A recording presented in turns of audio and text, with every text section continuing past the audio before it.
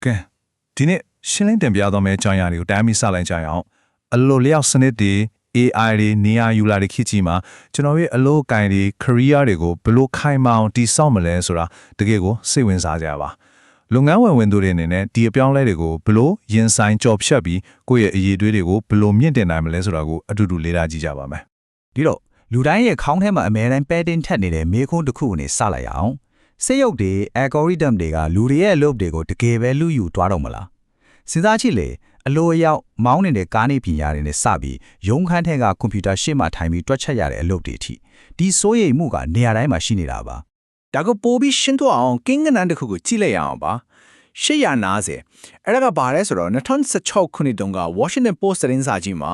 Heliograph bot လို့ခေါ်တဲ့ algorithm တစ်ခုကနေအောင်မြင်ပြီးရေးသားနိုင်ခဲ့တဲ့အားကစားသတင်းဆောင်ပါအရေးအတွက်ပါဟုတ်ပါတယ်စက်တီကတွေးခေါ်ရေးသားရတဲ့အလုပ်တွေကိုပါဒီလောက်အထီးတောင်လှုပ်လာနိုင်နေပြီဆိုတာတကယ်ကိုအံ့သြစရာပါပဲဒါပေမဲ့တမိုင်းကြောင်းကိုပြန်ကြည့်မယ်ဆိုရင်တော့ဒါတိတ်ပြီးတော့အစ်စ်အစမ်းကြီးတော့မဟုတ်ပါဘူးလွန်ခဲ့တဲ့1980ခုနှစ်တုန်းကဆိုရင်စာရေးငိုင်စာရေးတွေဟာစာရွက်ပေါ်ကစရင်းတွေကိုခက်ထက်နဲ့ဖြတ်လိုက်ပြန်ရေးလိုက်နဲ့အချိန်တွေအများကြီးကုန်ခန့်ခဲ့ရတာပါဒါပေမဲ့နောက်ထပ်နေ့မှာပဲ VisiCut လို့ခေါ်တဲ့ကမ္ဘာပထမဆုံး electronic science ရာ software ထွက်လာတဲ့အခါမှာတော့အဲ့ဒီလက်နဲ့လုပ်ရတဲ့အလုပ်ပေါင်းသိန်းနဲ့ချီပြီးချက်ချင်းဆိုလို့ပျောက်ကွယ်သွားခဲ့ပါတော့တယ်ဒါပေမဲ့တကယ့်ကိုစိတ်ဝင်စားစရာအကောင်းဆုံးအချက်ကအဲ့ဒီမှာစလာပါ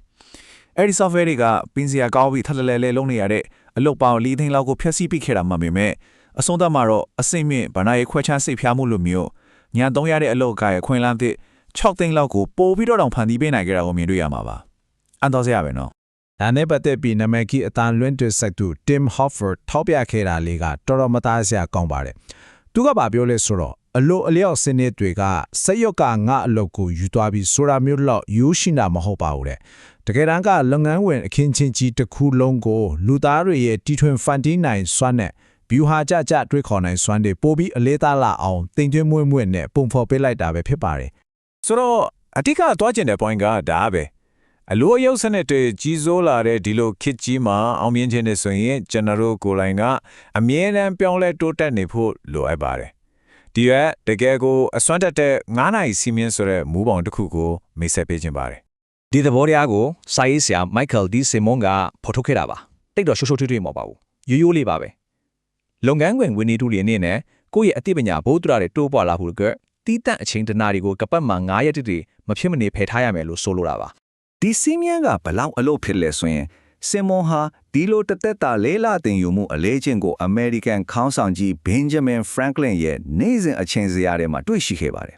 ဒါလည်းမကသေးဘူးနော်အောင်မြင်မှုတွေရထားပေမဲ့ရက်တမနဲ့ပဲအမြဲဆက်ကြိုးစားနေကြတဲ့ Bill Gates, Warren Buffett နဲ့ Oprah Winfrey တို့လိုလက်ရှိခေတ်ကအောင်မြင်ကြော်ကြားသူတွေစီမှာလည်းဒီလိုတူညီတဲ့နေ့စဉ်လေးလာတင်ယူမှုကတိကဝတ်မျိုးရှိနေတာကိုတူတတိထားမိခဲ့ပါတယ်ကဲ theory တွေပြောနေတာကိုခဏထားပြီးလက်တွေ့ကျတဲ့အပိုင်းကိုတွက်ကြည့်အောင်မေးတရားရှိတာကတနေ့လုံးအလျိုဒီပင်ပန်းနေတဲ့သူတွေအနေနဲ့ဒီနေ့စဉ်တနားရီချိန်ရဖို့ဘယ်လိုဖန်တီးယူနိုင်မလဲဆိုတာပါပဲဒီအချိန်တနားရီကိုရဖို့ဆိုရင်အဓိကအဆင့်3အဆင့်လောက်ဖို့လိုပါတယ်ပထမတစ်ခုကရေရှည်အကျိုးမဲ့ကာလတိုကွန်ထရိုးလုပ်နိုင်ဆိုတာနည်းနည်းကြာဆင်သွားနိုင်တာကိုအဖြေယူနေနဲ့လက်ခံဖို့ပါပဲဒုတိယကတော့စီဆွမ်းအမြင့်မားဆုံးဖြစ်တဲ့မနဲ့စောစောအခြေမှာတင်ယူဖို့ပါ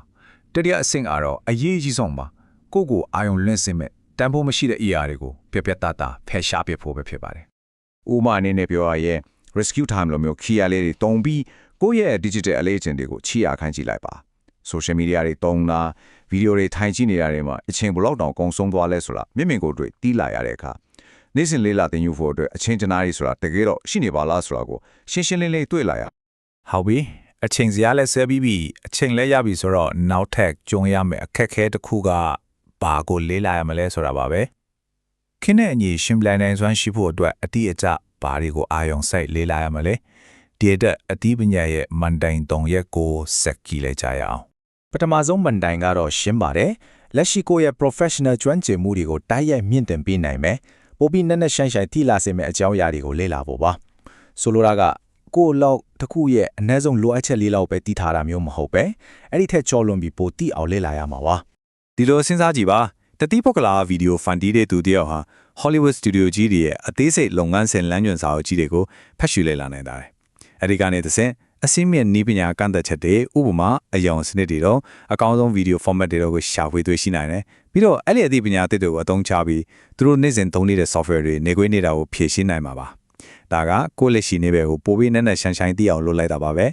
ဒုတိယမန်တိုင်ကတော့နေပယ်ထိထက်တစ်ခုအပေါ်လုံးလုံးလျားရမိခိုနေရမှုကိုရှောင်ချဖို့ပါဒါကတော်တော်အရေးကြီးပါတယ်ဘာလို့လဲဆိုတော့ကိုယ်စက်မှုလုပ်ငန်းကြီးတစ်ခုလုံးပြောင်းလဲသွားတဲ့အခါတခြားဖယ်နေရာမှာအတောင်းချလို့မရတဲ့နှဆိုင်လွန်းတဲ့ကျွမ်းကျင်မှုတွေအထက်မှာပိတ်မိနေတဲ့ထောင်ချောင်းမျိုးကနေကောက်ွယ်ပေးနိုင်လို့ပါပဲ ဒီအချက်ကိုပုံမြင်အောင်ကြည့်အောင်စစ်တူရင်ကစားတာလိုမျိုးတီးကြတဲ့စီးမြင့်တွေချက်ချင်းတည်နိုင်တဲ့တုံးပြန်ပူတွေရှိတဲ့ကျင်းသားတဲ့ပတ်ဝန်းကျင်မျိုးရှိသလိုဘာမှကိုကြိုခံမှန်းလို့မရပဲအမြဲတမ်းလိုက်လျောညီထွေဖြည့်ရှင်းရတဲ့စိုးသွမ်းတဲ့ပတ်ဝန်းကျင်မျိုးတွေလည်းရှိပါတယ်။ဒါကြောင့်ပညာရှင်တွေအနေနဲ့ရှင်းလင်းလွယ်ကူတဲ့ပတ်ဝန်းကျင်ကနေယုံထွက်ပြီးခံမှန်းရခက်တဲ့ပြဿနာတွေပြည့်နေတဲ့စိုးသွမ်းတဲ့ပတ်ဝန်းကျင်တွေမှာပါကိုဘာကြောင့်ဆန်းသက်တဲ့ဆိုတာကိုဒါကအကောင်းဆုံးသတိဖို့ပြနေပါတယ် ဒါကိုလက်တွေ့လှုပ်ဆောင်နိုင်တဲ့နီလန်းတစ်ခုပြောပြမယ်နော်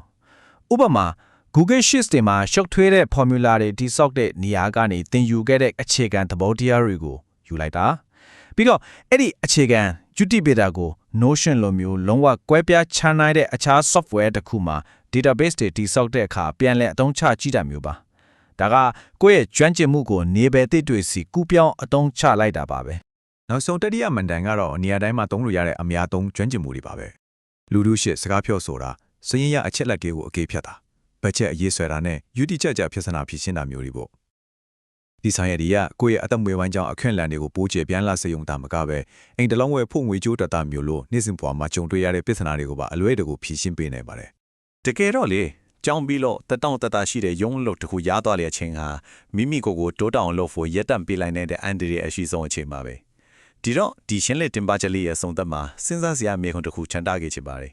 ကျွန်တော်တို့ဟာတတောင့်တတရှိမှုအောင်မှာဒီတိုင်းလေးပဲယုံရည်နေကြမလားဒါမှမဟုတ်အလိုအလျောက်စနစ်တွေကြီးစိုးလာတဲ့ဒီခက်ကြီးတွေမှာတသက်တာလေးလာတင်ယူမှုဆိုတဲ့နေ့စဉ်လေးချင်းလေးကိုမွေးမြူပြီးအမြဲတမ်းရှေ့ဆက်တိုးတက်နေအောင်လုပ်ကြမလားဆိုတာပါပဲ